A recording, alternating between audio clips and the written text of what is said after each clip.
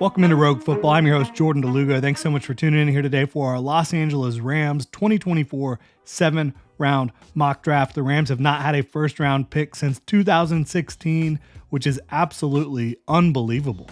Unprecedented, quite frankly. But the Rams, they do have a first-round pick here in 2024. Excited to get into it. Looking at this football team, Chris Shula elevated to defensive coordinator after Raheem Morris gets the gig in ATL. Much well-deserved gig. Head coaching job for Raheem Morris. Excited that he's going to get a chance to, lead a football team once again. I think, again, well-deserved. The Rams, they were one of the more exciting teams in 2023. A lot of folks pegged them as a potential team to be picking at the top of the draft. Was not the case. They had great production from their rookies last year. They obviously still had a really nice nucleus of veteran talent, but now Aaron Donald retires.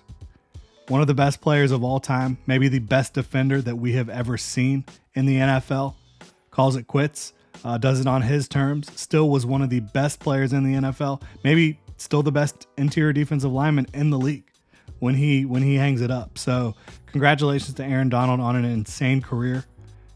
One of the GOATs of this sport, no doubt about it. How do you regroup, rebuild, push forward? Well, it certainly doesn't hurt that you went and got Kobe Turner last year in the NFL draft, a guy who certainly isn't Aaron Donald, but someone who can help fill his shoes just a little bit. When you talk about their needs, I think you could use another safety. I think you could use another edge rusher for sure. Linebacker, I think, is right there. But I think the biggest need is at left tackle right now. This is a football team that I think if they secure the left tackle spot, you'll be looking at an offensive line that looks pretty damn complete and ready to compete at an extremely high level with a veteran quarterback in Matthew Stafford, who's still, when he's on, one of the best quarterbacks in the league, in my opinion. Cooper Kupp, Puka Nacua, Kyron Williams in the backfield. There's a lot to get excited about with this offense, especially with Sean McVay dialing it up. They kind of shifted to more of a power running team in 2023. I think you'll continue to see that. And again, address some spots on the defensive side of the ball and maybe, fill in some gaps on offense. I think this is a team that could certainly be in playoff contention, should be in playoff contention, and could be sneaky contenders in the NFC if they nail this draft. They have 11 draft picks, obviously a first rounder, as I mentioned, 2/3, 2/5, 4 sixth-round picks, $14.1 million in cap space. So they could still be active on the free agent market as well. They did a really good job, in my opinion, improving their secondary, bringing in Cameron Curl for pennies on the dollar based on what he's really worth. And then obviously Darius Williams, Tre'Davious White as well. They've got it cooking in the secondary, in my opinion, if Trey White can come back healthy. We'll see how that plays out, obviously. But their first pick is at 19 overall. I've got them trading up to secure their offensive tackle. I've got them taking Amarius Mims. And now he did play right tackle at Georgia. There is nothing on tape or physically that suggests to me that Amarius Mims will have any issue playing left tackle. This guy is one of the freak of all freaks, right? He's got insane height, insane length, incredible size, strength, flexibility for his size. Like, he can play with leverage. He can get out in space and move. He's not nearly as raw as his 8 starts would suggest, right? When you watch him on tape, he does not look like an inexperienced football player. He looks like he knows what he's doing out there. He gets his hands high and inside and absolutely stonewalls defenders. He can frame up blocks at a really high level. He works to the second and even third level very well. This is, in my opinion, a player who, if he had more reps, he would be in the conversation for OT1 in a class that is absolutely loaded at offensive tackle. So the Rams, they see him as a potential left tackle of the present and the future. They plug him in at left tackle in 2024 and complete this offensive line, and he really fits in any scheme, in my opinion. But the Rams, again, tried to go to more of a power rushing attack, more gap-based rushing attack. And I think he fits that perfectly. Power at the point of attack to knock people back. So you trade up to 17 with the Jaguars. You give up pick 99 overall. You had 2 third-rounders. You have a bunch of day 3 picks to continue to be flexible with this draft class. Amarius Mims, too good to pass on, especially with some guys coming off the board at the offensive tackle position earlier. Amarius Mims has a chance to be the best tackle in this class. You can't say that about a lot of folks. So I'd be fired up if I was a Rams fan to land Demarius Mims there. At 52, safety Tyler Nubin, I think he pairs with what you have very nicely on the back end. He is very assignment sound. He's tall. He's got great mass on his frame, great length.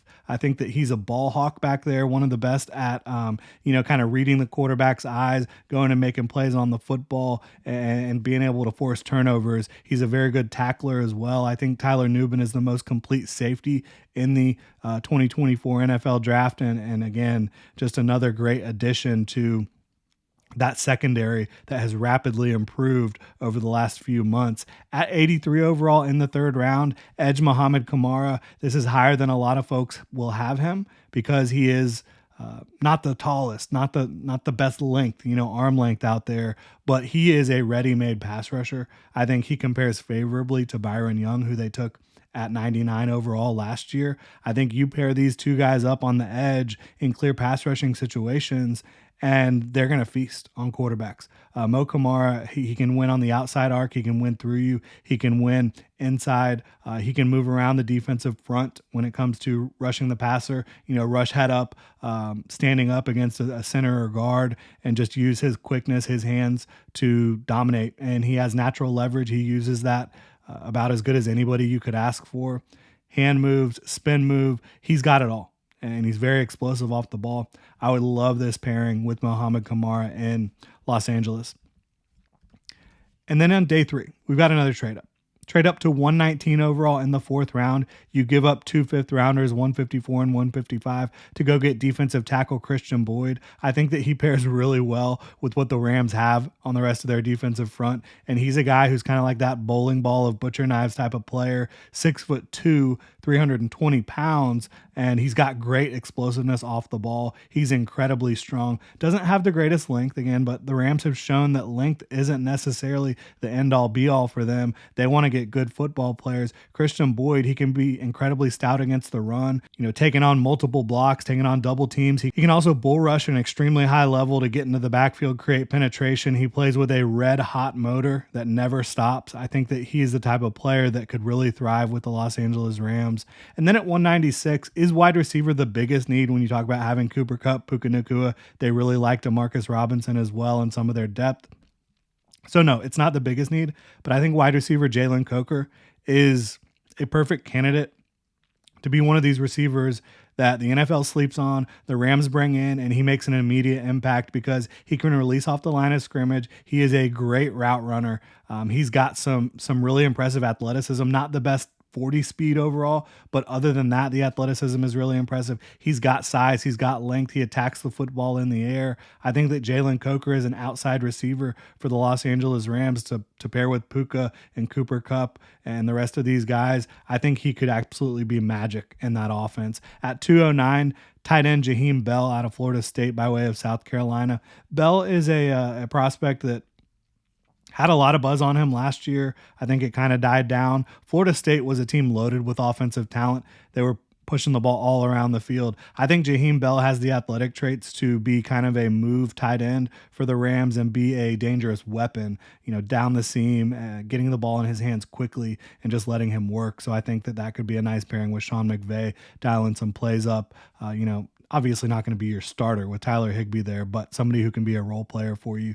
At 213, another edge, Brennan Jackson. This guy is more of a run defender, right? He plays with an insane motor. Like, he never quits. A lot of his big plays come from just not having any quit in him and continuing to play through the whistle. But this is a guy who has good explosiveness off the ball.